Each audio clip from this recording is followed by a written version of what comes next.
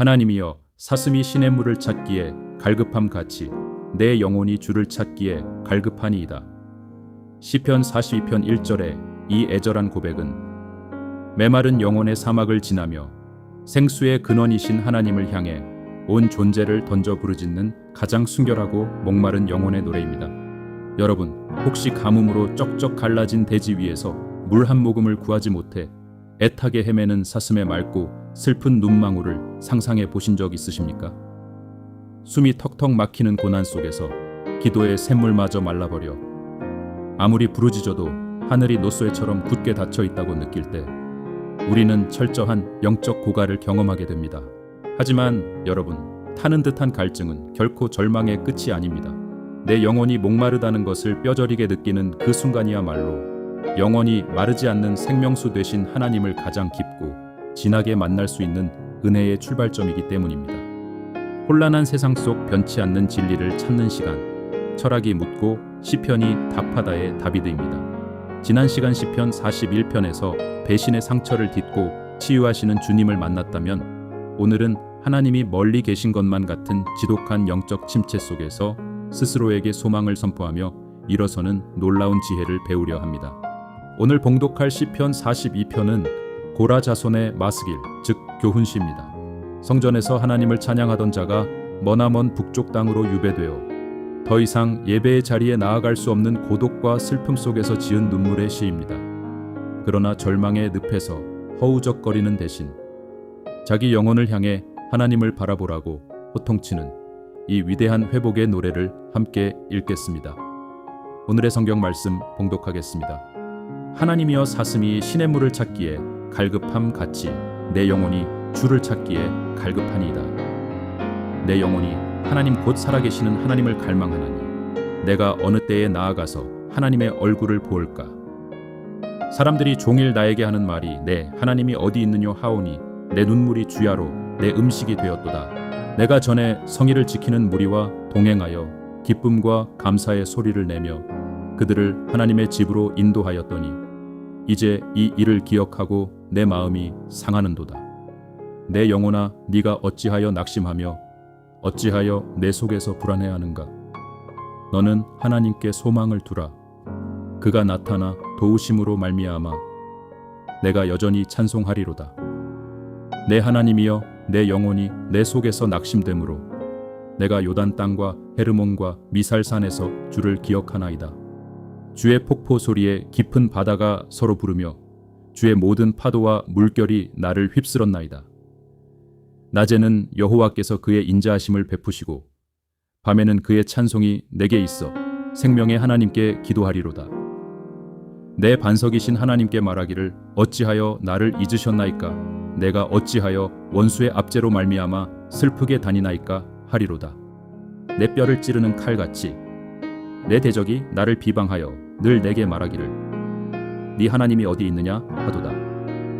내 영혼아, 네가 어찌하여 낙심하며 어찌하여 내 속에서 불안해하는가. 너는 하나님께 소망을 두라.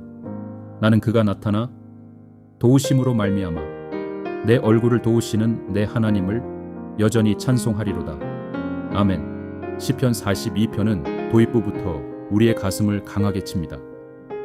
사슴이 시냇물을 찾기에 갈급함같이. 우리는 흔히 이 구절을 평화로운 숲속의 낭만적인 풍경으로 상상하곤 합니다. 예쁜 사슴 한 마리가 맑은 시냇가에서 여유롭게 물을 마시는 동화 같은 장면 말입니다. 하지만 팔레스타인 지역의 건기에는 시냇물이 바싹 말라버립니다. 갈급하다는 히브리어 원어 아라그는 헐떡거리다, 숨이 넘어가다는 뜻입니다.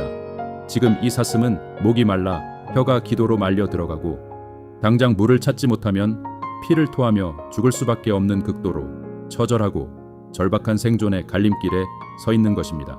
다윗 혹은 고라 자손인 이 시인은 자신의 상태가 바로 그 헐떡이는 사슴과 같다고 고백합니다. 내 영혼이 하나님을 갈망하나니 내가 어느 때에 나아가서 하나님의 얼굴을 보올까. 그는 단순히 삶의 문제가 해결되기를 바라는 것이 아닙니다. 생명의 근원이신 하나님, 그분 자체를 미치도록 만나고 싶은 갈망에 사로잡혀 있습니다. 그를 이토록 뼈아프게 만든 것은 두 가지 이유 때문이었습니다. 첫째는 과거에 아름다웠던 기억입니다. 그는 한때 성전에서 수많은 무리를 이끌고 기쁨과 감사로 예배를 인도하던 찬양 대원이었습니다. 그런데 지금은 이방 땅의 포로로 끌려와 다시는 그 영광스러운 예배의 자리로 돌아갈 수 없는 자신의 처지를 생각하며 가슴이 미어지는 상실감을 느끼고 있습니다. 둘째는 원수들의 조롱입니다. 사람들이 종일 내게 하는 말이 네 하나님이 어디 있느뇨 하오니 내 눈물이 주야로 내 음식이 되었도다. 세상 사람들은 우리의 믿음이 흔들리거나 삶의 위기가 찾아올 때 가장 아픈 곳을 찌릅니다. 너 그렇게 열심히 교회 다니고 기도하더니 꼴이 그게 뭐냐? 네가 믿는 하나님이 진짜 살아계시다면 왜 너를 돕지 않느냐는 비아냥입니다. 이 차가운 비수 같은 말에 시인은 밥 대신 눈물을 삼키며 밤낮으로 울어야 했습니다.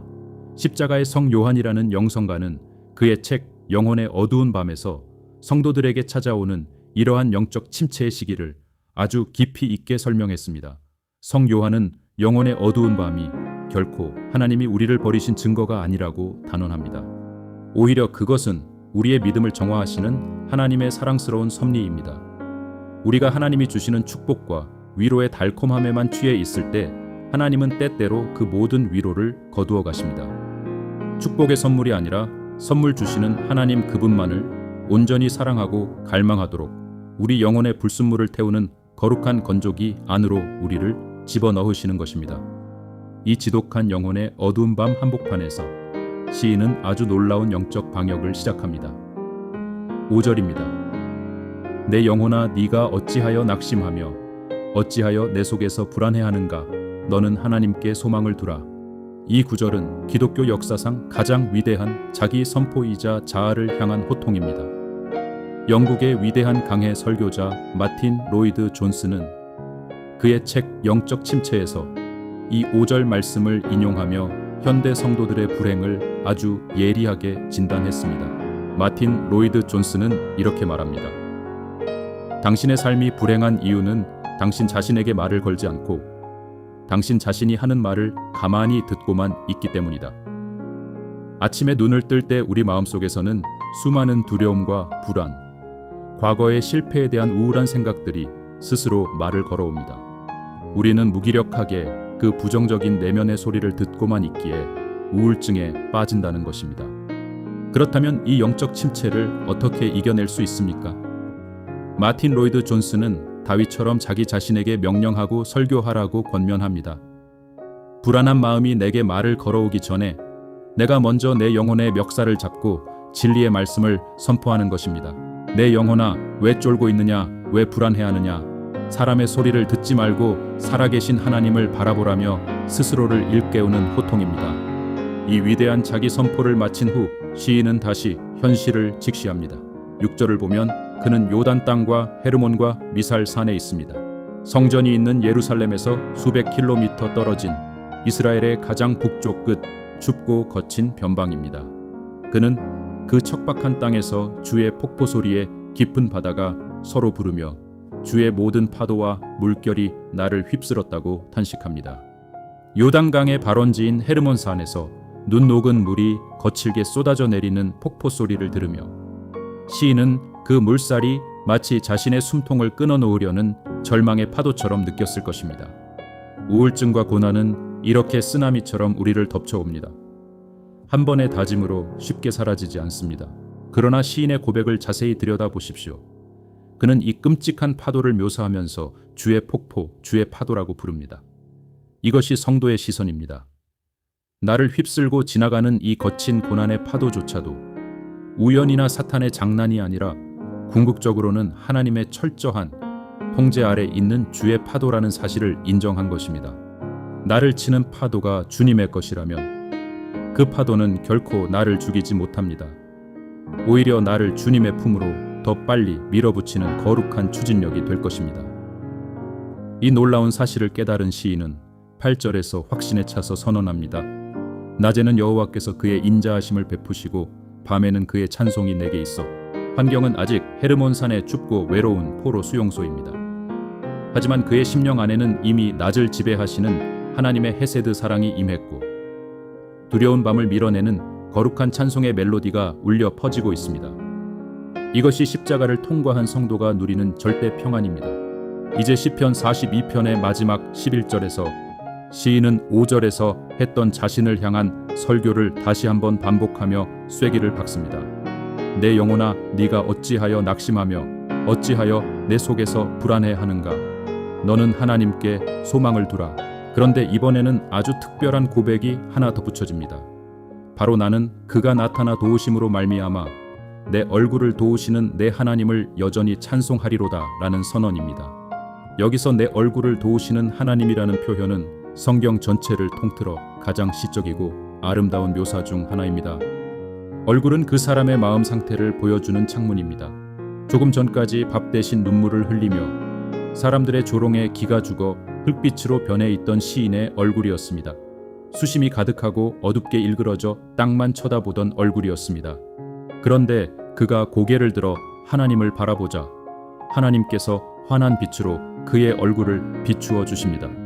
수치심과 우울함의 그림자를 거두어내시고 거룩한 자존감과 찬송의 광채로 그의 얼굴을 환하게 펴주시는 것입니다. 내 얼굴을 도우신다는 것은 내 구겨진 표정을 펴주시고 내 입꼬리를 올려주시며 내 눈빛에 생기를 불어넣어 주신다는 가장 다정한 치유의 표현입니다. 사랑하는 성도 여러분, 지금 여러분의 얼굴은 어떤 표정을 짓고 있습니까? 인생의 무거운 짐 때문에, 사람들의 상처 주는 말 때문에 깊이 패인 주름과 그늘진 얼굴로 살아가고 있지는 않습니까? 내 영혼이 메말라 헐떡이는 사슴처럼 지쳐 쓰러져 있지는 않습니까? 오늘 시편 42편의 시인처럼 여러분 자신을 향해 호통치십시오. 내 안에서 올라오는 부정적인 소리에 귀를 닫고 하나님의 약속을 향해 영혼의 볼륨을 높이십시오. 너는 하나님께 소망을 두라. 이 한마디가 여러분의 뇌를 깨우고 굳어버린 심장을 다시 뛰게 할 것입니다. 이제 갈급한 사슴처럼 주님을 찾으며 내 얼굴을 도우시는 하나님께 소망의 기도를 드리겠습니다. 잠시 눈을 감고 내 영혼을 향해 빛을 비추시는 주님을 깊이 바라보십시오.